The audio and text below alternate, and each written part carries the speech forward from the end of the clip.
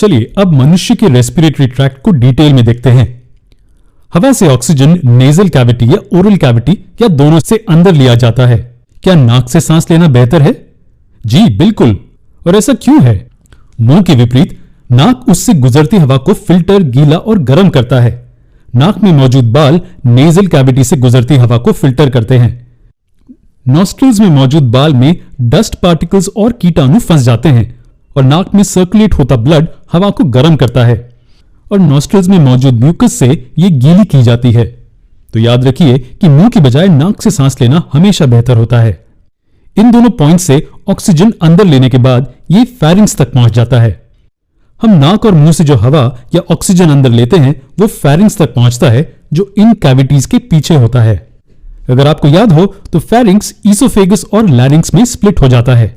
Oesophagus वो जगह है जहां खाना अंदर जाता है और लैरिंग्स वो जगह है जहां हवा अंदर जाती है। खाना ईसोफेगस से पेट तक जाता है और फिर स्मॉल इंटेस्टाइन में जाता है जहां डाइजेशन होता है। लेकिन रेस्पिरेटरी ट्रैक्ट को समझने के लिए हम इस पार्ट में इंटरेस्टेड हैं, लैरिंग्स और उसके बाद के पार्ट्स। लैरिंग्स शरीर का वॉइस बॉक्स भी है क्योंकि इसमें वोकल फोल्ड्स होते हैं जो स्पीच की साउंड को प्रोड्यूस करते हैं और हमें हमारे आवाज को मॉड्यूलेट करने देते हैं। लैरिंग्स में थायराइड कार्टिलेज भी होता है जो बाहर की ओर बढ़ती है और कभी कभी इसे एडम्स एप्पल भी कहा जाता है। ये सबके पास होता है लेकिन ये ज्यादातर पुरुषों में प्रोमिनेंट होता है। तो नेजल कैविटी, फेरिंग्स और लैरिंग्स मिलकर अपर रेस्पिरेटरी ट्रैक्ट बनाते हैं। और लोअर रेस्पिरेटरी ट्रैक्ट के बारे में आपका क्या कहना है? लैरिंग्स के बाद हमारे पास ट्रैकिया है जिसे आमतौर पर विंड पाइप भी कहा जाता है। इसमें ये सी शेप्ड रिंग्स के कार्टिलेज एम्बेडेड होते हैं।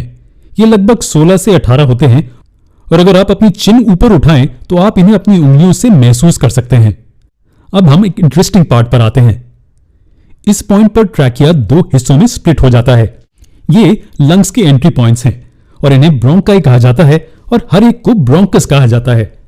ओरल और नेजल कैविटी से हवा विंड पाइप में प्रवेश करती है और लंग्स तक ब्रोंकाई द्वारा पहुंचती है। जी हां, ये वो दो लंग्स हैं मनुष्य शरीर में, एक लेफ्ट लंग और एक राइट लंग। जिस ह्यूमन बॉडी के ये लंग्स हैं उस ह्यूमन बॉडी के हिसाब से इन्हें लेबल करते हैं। जैसे कि इस ह्यूमन बॉडी जिसके ये लंग्स हैं उसके हिसाब से ये लेफ्ट और ये राइट लंग कहलाया जा सकता है। हमारे लंग्स के बारे में ऐसा बहुत कुछ है जो हमें जानने की जरूरत है, लेकिन उसके लिए हम एक अलग वीडियो बनाएंगे। तो हवा लंग्स में कैसे जाती है? जैसे कि आप देख सकते हैं ये ब्रोंकाई आगे चलकर छोटे ब्रोंक्यूल्स में स्प्लिट हो जाती है।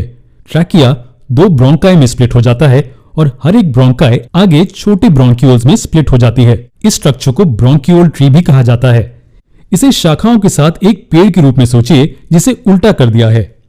ट्रैकिया पेड़ की ट्रंक की तरह होती है और फिर ये ब्रोंक्यूल्स के रूप में बाहर निकलने लगते हैं। लेकिन ब्रोंक्यूल्स के अंत में क्या होता है? अगर हम इस रीजन में जूम करें तो हमें एयर सैक्स के छोटे गुच्छे दिखेंगे जिन्हें एल्वियोलाई कहते हैं। जी हां, ये अंगूरों के गुच्छों जैसे दिखते हैं और इन्हें एल्वियोलाई कहा जाता है। एल्वियोलाई के बहुत करीब ब्लड कैपिलरीज होती हैं जिनसे ब्लड बहता है। तो एल्वियोलाई से ऑक्सीजन ब्लड में भेजा जाता है जो फिर दिल तक जाता है और फिर इसे पूरे शरीर में सर्कुलेट करता है। और उसी समय कार्बन डाइऑक्साइड जो कि वेस्ट बाय प्रोडक्ट है वो ब्लड के द्वारा एल्वियोलाई को ट्रांसफर किया जाता है। यहां गैसेस का आदान प्रदान होता है। ऑक्सीजन ब्लड में भेजा जाता है और ब्लड से कार्बन डाइऑक्साइड एल्वियोलाई को भेजा जाता है। कार्बन डाइऑक्साइड फिर ट्रैकिया से ब्रोंक्यूल्स तक ब्रोंकाई ट्रैवल करता है और ओरल या नेजल कैविटी से बाहर निकल जाता है।